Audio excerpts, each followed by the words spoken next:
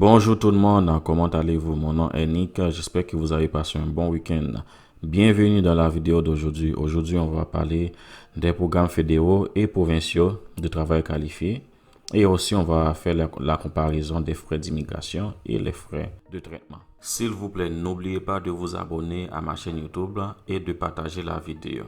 Savez-vous les avantages et inconvénients d'une demande d'immigration par l'intermédiaire d'une province ou directement au gouvernement fédéral? Au Canada, vous finissez toujours par demander la résidence permanente à Immigration, Réfugiés et Citoyenneté Canada, IRCC, car constitutionnellement, le gouvernement fédéral a le dernier mot en matière d'immigration.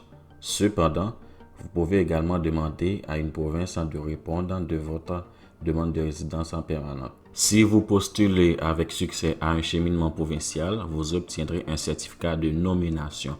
Plus précisément, si vous avez fait votre demande pour la province du Québec, vous obtiendrez à ce moment-là un certificat de sélection du Québec pour appuyer votre demande de résidence permanente auprès d'Immigration, Réfugiés et Citoyenneté Canada. Bien que cette option vous ouvre une abondance d'options d'immigration, elle peut être plus coûteuse et prendre plus de temps. De notre côté, les programmes provinciaux pourraient ouvrir les portes à encore plus de candidats à l'immigration. Ils sont adaptés pour ouvrir des voies d'accès à la résidence permanente aux travailleurs dont les compétences correspondent aux besoins du marché du travail régional. Est-ce que vous connaissez le coût des travailleurs qualifiés pour postuler au programme géré par IRCC? Lorsque vous présentez une demande d'immigration à IRCC, vous devez généralement payer des frais de demande pour vous-même et pour toute personne à charge qui vous accompagne au Canada, comme votre époux ou conjoint de fait et vos enfants. Vous devez également payer des frais de droit de séjour permanent pour vous et votre partenaire. Les enfants à charge sont exonérés de cette taxe. Les frais d'immigration au Canada augmentent cette année pour les demandes de la plupart des classes économiques, familiales et humanitaires. En 2020, IRCC a augmenté les frais de résidence permanente pour tenir compte de l'inflation pour la première fois depuis 2002. À ce moment-là, IRCC a annoncé qu'il augmenterait les frais tous les 2 ans pour tenir compte de l'inflation, ce qui signifie que cette année, les frais devraient maintenant augmenter. La prochaine augmentation devrait avoir lieu en 2024. À compter du 30 avril, les frais pour les programmes d'immigration suivants augmenteront d'environ $40 de plus que le coût actuel de $1 325. Les demandeurs principaux et les conjoints qui les accompagnent devront payer chacun $1 365. Tous les montants sont en dollars canadiens. Plus les frais de biométrie peuvent s'appliquer. Les programmes qui subiront une augmentation sont, premièrement, programme géré par Entrée Express, deuxièmement, programme des candidats des provinces PCP, troisièmement, ouvriers qualifiés du Québec, quatrièmement, programme d'immigration de l'Atlantique, cinquièmement, autres pilotes économiques, projet pilote sur l'immigration rurale et nordique et projet pilote sur l'immigration agroalimentaire. Les frais de biométrie coûtent environ $85 canadiens par personne ou $175 canadiens pour une famille de 2 personnes ou plus. Pour donner un exemple de certains coûts totaux possibles, un demandeur principal postulant à un programme géré par Entrée Express pourrait payer $1 450 canadiens au total, y compris les frais de biométrie. Une famille de 2 personnes pourrait payer $2 905 canadiens pour le même programme. S'ils avaient un enfant, les frais pourraient s'élever à environ $3 135 canadiens. Chaque enfant à charge coûtera $230. Il faut noter que les frais de demande sont différents selon le programme d'immigration, mais les frais relatifs aux droits de résidence permanente sont toujours les mêmes. Voici la liste des frais pour les programmes fédéraux d'immigration en 2022. Ici, vous pouvez voir dans le tableau ci-joint le coût des différents programmes de l'immigration Canada. Et on peut voir les anciens frais et les nouveaux frais. On peut voir l'augmentation qui a eu lieu et à partir du 30 avril pour chacun de ces programmes. Quoi les coûts pour faire une demande du programme PCP ou du programme candidat des provinces et immigration au Québec? Non seulement il y a des frais requis pour faire une demande d'immigration au gouvernement fédéral, les candidats du PCP et du Québec doivent souvent payer des frais de demande dans la province de leur choix. Par exemple, une personne célibataire souhaite immigrer en Ontario paierait $2 925 canadiens par le biais d'un PCP, mais environ $1 450 canadiens par le biais d'Entrée Express. Il y a maintenant 4 PCP qui ne facturent pas des frais pour postuler à des nominations provinciales. Il y a la province du Terre-Neuve et Labrador, la province de la Nouvelle-Écosse, la province du territoire du Nord-Ouest et le Yukon. Terre-Neuve et Labrador a récemment supprimé ces frais dans le but d'encourager les nouveaux arrivants à faire une demande d'immigration dans la province.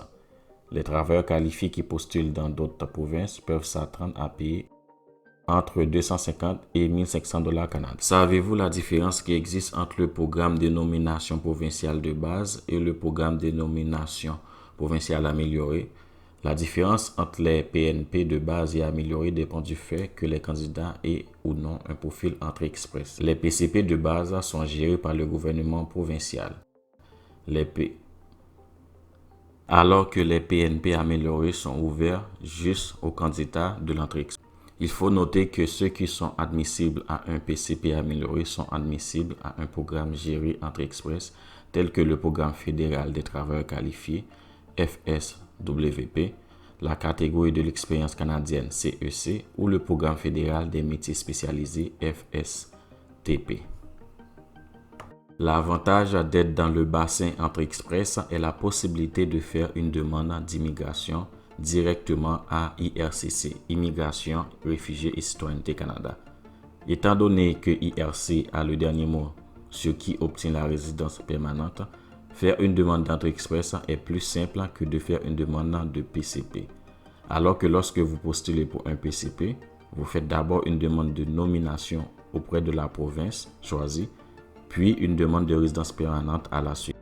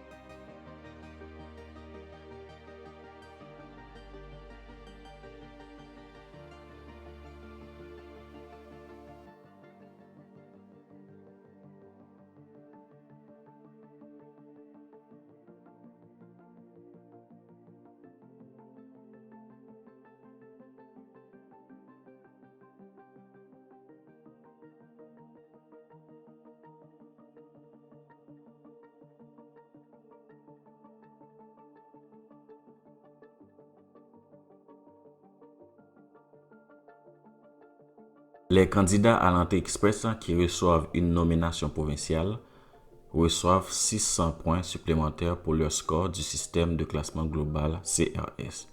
Cette récompense garantit effectivement qu'ils recevront un ITA et pourront demander la résidence permanente. Ceux qui ne sont pas admissibles à un programme géré par Entrée Express peuvent être en mesure de demander le PCP de base d'une province. Ces programmes d'immigration sont gérés par les provinces elles-mêmes. Ils prennent généralement plus de temps à traiter. Pour la comparaison des délais de traitement, selon les estimations des délais de traitement du 19 avril dernier, il faut 28 mois à IRCC, Immigration, Réfugiés et Citoyenneté Canada, pour traiter les PCP de base et 22 mois pour traiter les PCP Entrée Express. Le délai de traitement estimé pour les travailleurs qualifiés du Québec est maintenant de 31 mois. La norme de traitement pour demander directement Entrée Express est de 6 mois. Bien que la pandémie ait considérablement ralenti ces délais de traitement, il faut actuellement 27 mois à IRCC pour traiter les demandes FSWP et 8 mois pour traiter les demandes CEC. Les candidats FSTP envisagent un temps d'attente de 37 mois. Avec toutes les informations que je viens de partager avec vous, vous devez être en mesure de prendre une décision pour quel programme à postuler. Devriez-vous postuler directement à un programme fédéral ou provincial? En fin de compte, votre décision devrait être basée sur les volets auxquels vous êtes admissible et sur ceux qui, selon vous, vous offrent les meilleures chances d'obtenir la résidence permanente. Si vous êtes admissible à Entrée Express, il est avantageux de télécharger un profil, car en plus d'être considéré pour un ITA par IRCC, Vous serez également considéré par les provinces qui cherchent à inviter des candidats à postuler à leur PCP. Cette année, le Canada vise à accueillir 83 500 candidats PCP. C'est quand même énorme. Conformément au plan des niveaux d'immigration 2022 à 2024, ce chiffre devrait passer à 93 000 d'ici 2024. IRCC prévoit que 55 900 immigrants passeront par Entrée Express cette année. Mais d'ici 2024, le nombre d'immigrants Entrée Express devrait passer à 111 500.